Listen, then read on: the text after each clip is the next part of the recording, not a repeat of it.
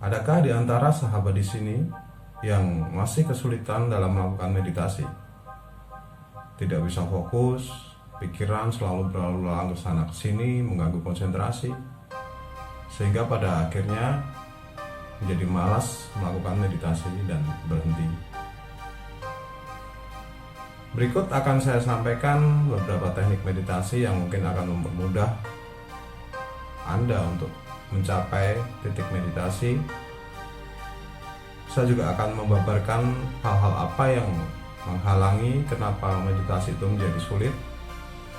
Saksikan terus video ini, saya akan membukanya secara belak-belakan kepada para sahabat.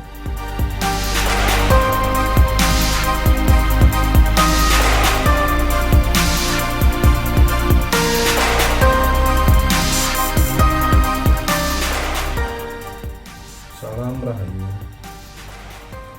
Bagi para pecinta dunia supranatural, dunia mistis, dan dunia gaib, selamat datang kembali di channel Meditasi Kesadaran bersama saya, Master Clay.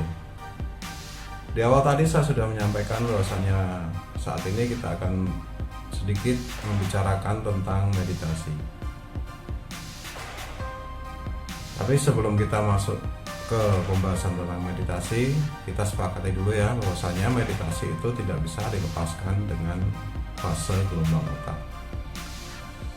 Saya hanya akan membahas garis besarnya saja, yaitu fase beta, fase alfa, fase theta, dan fase delta. Fase beta adalah fase di mana otak kita sangat aktif, sangat responsif, sangat terjaga, sangat sadar, yaitu terjadi pada saat kita melakukan kegiatan sehari-hari. Otak kita melakukan penilaian, otak kita menganalisa, otak kita membandingkan. Itu menandakan otak kita sedang berada di state beta. Yang kedua adalah fase gelombang alfa, di mana fase ini berada frekuensinya sedikit di bawah fase beta, yaitu otak sudah mulai berkurang responnya, tapi kesadaran masih ada meskipun mulai berkurang juga, ditandai dengan kondisi badan yang mulai rileks, mulai nyaman, mulai santai, seperti pada saat kita mau masuk ke tidur, atau pada saat kita duduk santai menikmati musik atau menikmati pemandangan, di mana otak kita tidak lagi diperlukan untuk menganalisa, untuk berpendapat, hanya menikmati saja. Pada fase alfa ini juga yang terjadi pada saat seorang meditator mulai melakukan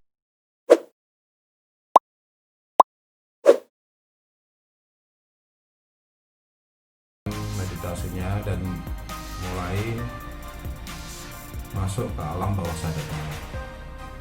Yang ketiga adalah fase gelombang theta, di mana kesadaran sudah semakin menipis. Artinya kita tidak lagi menyadari apa yang ada di sekitar kita, sama respon sudah jauh berkurang. Ini seperti pada saat orang masuk di ambang tidur lelap. Jadi antara tidur dan tidak, disitulah kita berada di fase gelombang theta. Sama juga pada saat kita berada di fase meditasi atau deep meditation, disitulah tandanya kita berada di fase gelombang theta. Pada fase ini rasanya mulai kantuk itu mulai datang dan mulai berat. Dan memang pada saat itulah ada kesulitan untuk menahan antara terjaga atau tertidur. Karena kalau kita tertidur, kita masuk ke fase yang berikutnya, yaitu fase delta, di mana fase itu sudah tertidur lelap. Otak sama sekali tidak responsif, panca indera sudah sama sekali tidak bisa aktif. Digigit nyamuk juga nggak terasa, ada orang ngomong juga nggak dengar, ada bau apapun di dekatnya dia tidak bisa mencium. Di situ sudah masuk ke fase delta. Nah, dari pembahasan gelombang otak tadi bisa disimpulkan bahwasanya meditasi itu hanya ada di fase alfa dan fase theta. Disinilah kesalahan-kesalahan itu sering dilakukan oleh para meditator yang jam terbangnya masih sedikit. Apa sih sebenarnya kesalahan-kesalahan yang menghambat kita untuk mencapai meditasi? Yang pertama, ketidaktahuan. Yang kedua, ketakutan. Yang ketiga, pendefinisian. Ketidaktahuan artinya orang yang belum pernah melakukan meditasi tentu dia tidak tahu dong seperti apa sih orang yang meditasi itu, apa sih rasanya orang yang bermeditasi. Yang dia tahu hanya dari omongan orang atau dari bacaan-bacaan yang dia baca, bahwasanya orang yang meditasi itu akan seperti ini, akan merasa sangat tenang, merasa sangat rileks, merasa tidak bisa merasakan apa-apa, akan melihat cahaya, akan pendengaran semakin tajam, atau apa saja yang disampaikan oleh orang lain atau yang dia baca dari sumber-sumber baik di buku maupun di sumber media elektronik. Yang kedua adalah ketakutan.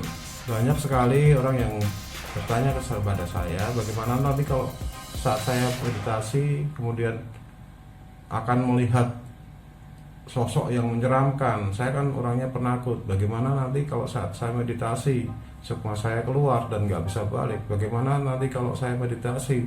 Bagaimana kalau dan itu terus yang dipikirkan sebelum dia melakukan meditasi. Sehingga pada saat dia melakukan itu selalu dihantui dulu ketakutan itu. Itu yang menyebabkan kegagalan. Yang ketiga adalah salah definisi. Pendefinisian yang salah. Ini hampir sama dengan fase yang pertama, dengan penyebab yang pertama tadi.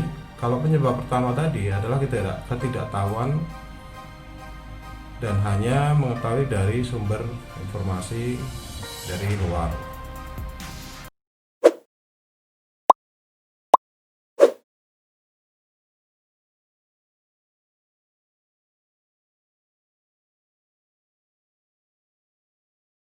Tapi yang ketiga ini dia sama sebenarnya, dia hanya tahu dari sumber luar, tapi dia meyakini bahwasanya itu yang akan terjadi. Misalkan diberitahukan bahwasanya nanti kalau kamu pada saat melakukan meditasi maka tubuh kamu itu akan rileks, juga merasa dikitnya mau terasa. Nah, yang difokuskan pada saat melakukan meditasi itu adalah dia mencapai kerileksan, mencapai ketenangan, sehingga pada saat melakukan itu dan tidak ketemu ketenangan, dia akan menganggap meditasinya gagal. Lalu bagaimana cara mengatasi ketiga hal tadi supaya meditasi kita bisa berjalan dengan lebih baik? Yang pertama, ketidaktahuan. Pada saat Anda melakukan meditasi, sudah lupakan semua apa yang Anda baca. Jalanin saja, duduk saja, bernafas saja, nikmati saja apa yang terjadi pada saat itu. Kedua, mengenai ketakutan. Takut akan ada penampakan di depan Anda seperti di TV, tiba-tiba ada sosok yang menyeramkan di depan Anda atau seperti apa. Saya bilang kalau ada hal seperti itu adalah omong kosong.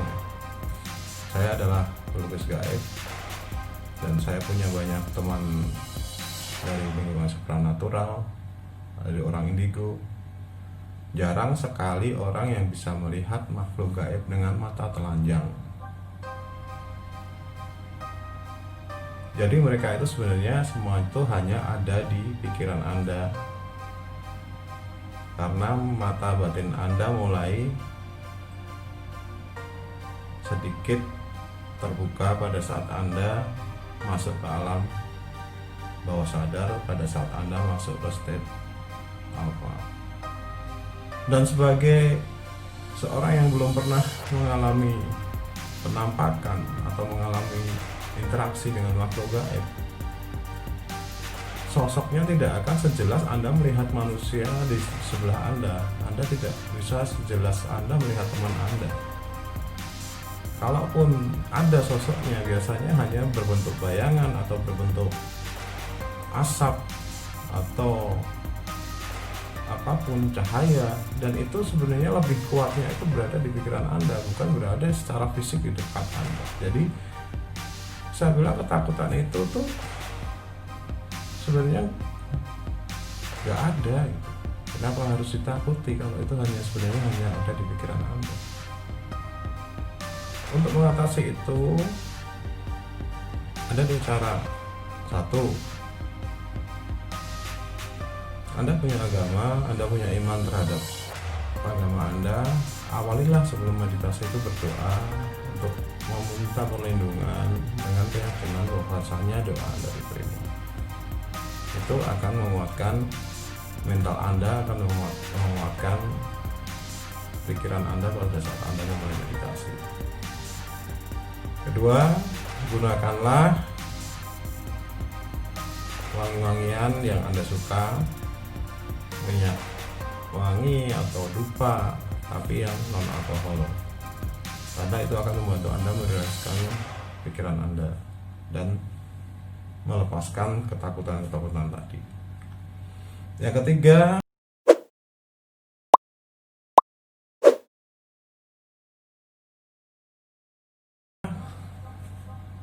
pendefinisian yang salah. Ini sebenarnya bertitik pada fokus Anda ya. Anda melakukan meditasi itu untuk apa? Untuk mencapai ketenangan, untuk mencapai untuk kesehatan, atau untuk pembersihan cakra, atau untuk keilmuan tertentu. Anda fokusnya kemana? Tapi sebelum Anda mempunyai fokus meditasi Anda itu akan ditujukan untuk apa? Pertanyaannya adalah Anda bisa belum meditasi? Kalau untuk bermeditasi Anda belum bisa, bagaimana bisa Anda melakukan meditasi untuk tujuan tertentu? Ibaratnya Anda jalan aja belum bisa, tapi Anda mau berlari untuk mengambil gelas.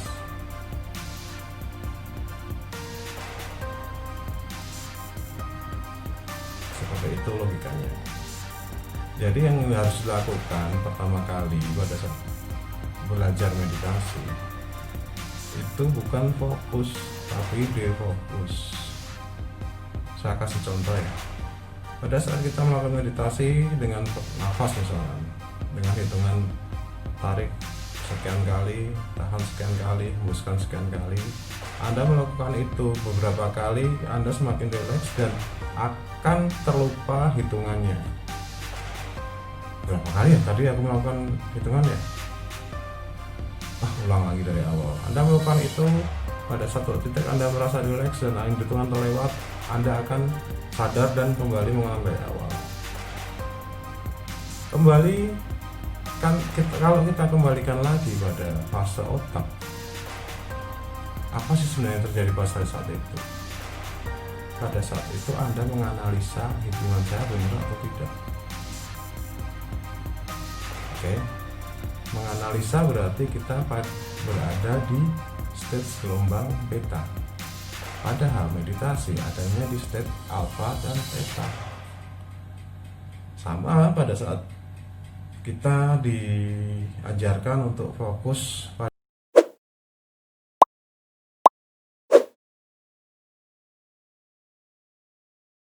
cahaya misalkan.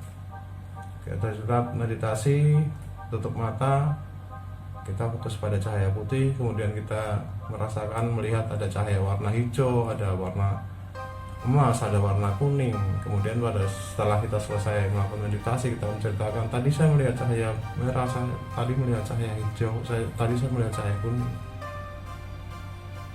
Anda bisa mengatakan itu merah, hijau, kuning, artinya Anda menganalisa barang itu. Anda menganalisa cahaya itu, oh ini hijau, oh ini kuning. Anda menganalisa, dan menganalisa itu berarti otak Anda berada di stage beta. Begitu pula dengan cara fokus dalam bermeditasi lainnya. Inilah menyebabkan kenapa Anda itu tidak pernah bisa fokus pada saat meditasi. Karena semakin Anda fokus, justru semakin Anda menganalisa. Semakin Anda menganalisa, otak Anda akan kembali lagi ke fase gelombang beta. Makanya saya menyarankan untuk belajar meditasi jangan menggunakan teknik fokus. Gunakanlah teknik defokus atau teknik kesadaran, seperti nama channel ini, meditasi kesadaran.